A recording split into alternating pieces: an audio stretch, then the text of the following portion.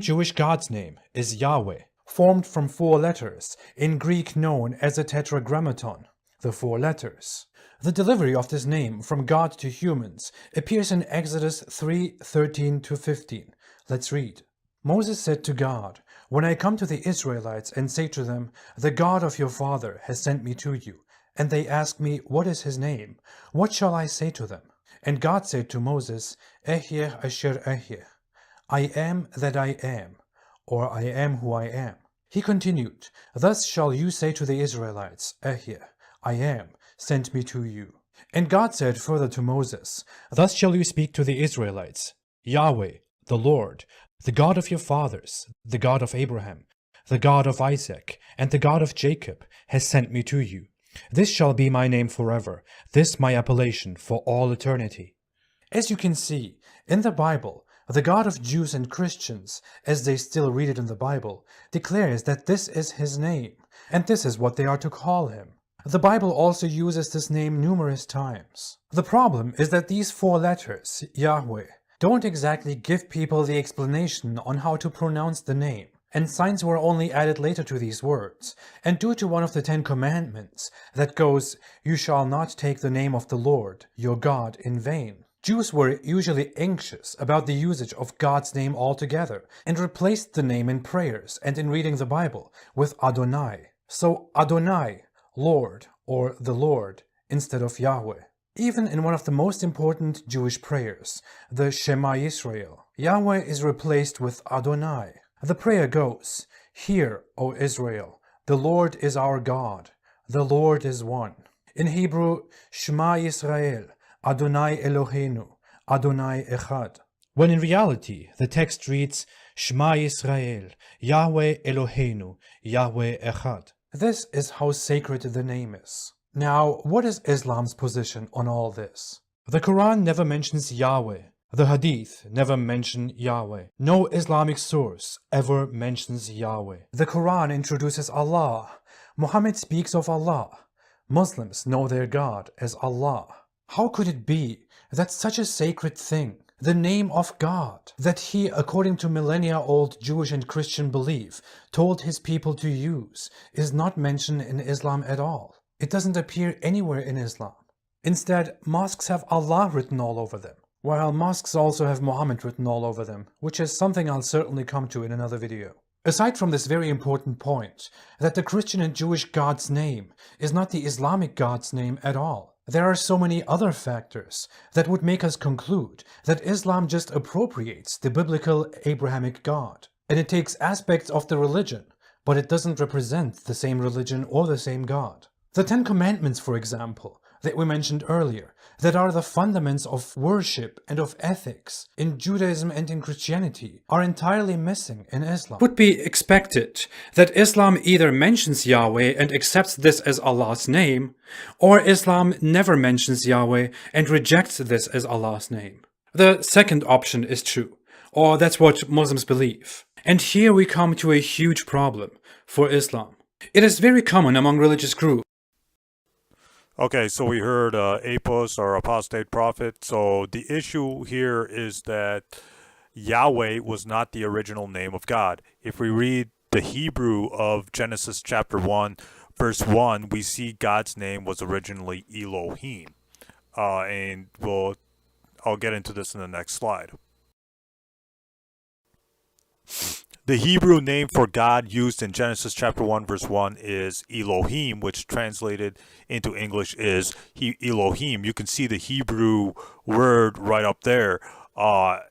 Hebrew, or the Hebrew word used in Genesis chapter 1 verse 1 to describe God is Elohim. Now if you translate Elohim into Arabic, it is Allah. So Allah is closer to the Hebrew word Elohim than Yahweh is to the Hebrew word Elohim. If you read Genesis chapter 1 verse 1 in Arabic, it says, "In the beginning Allah created the heavens and the earth," because Allah is closer to the original Hebrew word used in Genesis chapter 1 verse 1, which is Elohim. Other verses where Elohim or Elohah is used as the name of God in Hebrew text would be, and this is just a short list. Elohim and Eloha are scattered. The Hebrew names Elohim and Eloha are scattered all over the Old Testament. But these are just some of the verses, I could come up with. I came up with. It's Deuteronomy chapter 4 verse 33. The Hebrew word Elohim is used. Genesis chapter 28 verse 20. Elohim is used. Exodus chapter 13 verse 17. Elohim is used, not Yahweh. Numbers chapter 22 verse 20, Elohim is used. Genesis chapter 50 verse 25, Elohim is used. Deuteronomy chapter 32 verse 15, Elohim and Eloha is used. Job chapter 12 verse 6, the Hebrew name Eloha is used as opposed to Yahweh. God's name becomes Yahweh in God's name becomes Yahweh in Exodus chapter 3 verse 16. However, whoever wrote the Bible was influenced by pagan sources, as Yahweh was originally a pagan deity, which I'll get into right now. We know this by the following facts and scholarly books on the Bible, or the origins of the Bible. During the Exodus out of Egypt, Israel had to pass by the nations of Edom and Midian on their way to the Promised Land, which is Canaan. During their 40 years in the wilderness, as they fashioned a new religion, Israel was possibly influenced by Elohim's and Midian's religious beliefs.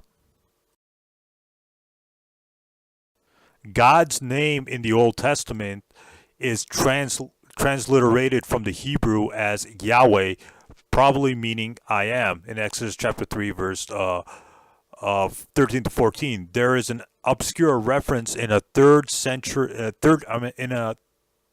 century BC Egyptian document to a region in Edom associated with JWH, possibly indicating that JWH was a national god of Edom. Yahweh is linked to the god of Edom because of his localized actions. We see this in the following biblical verses.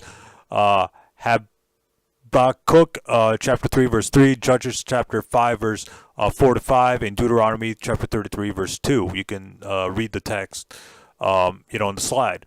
So according to the book, I did some further research on the name Yahweh, and according to the book God and Anatomy by Dr. Francisca S. I cannot say that last name. The Israelites originally worshipped a god named El. Yahweh was a minor storm deity.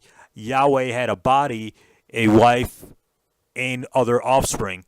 Yahweh's ex-wife is Asherah on page 148. There are hints at some early references looking at or seeking God's face in Psalm chapter 27, verse 8, involving worship of an actual statue depicting Yahweh. And on page 314, she states.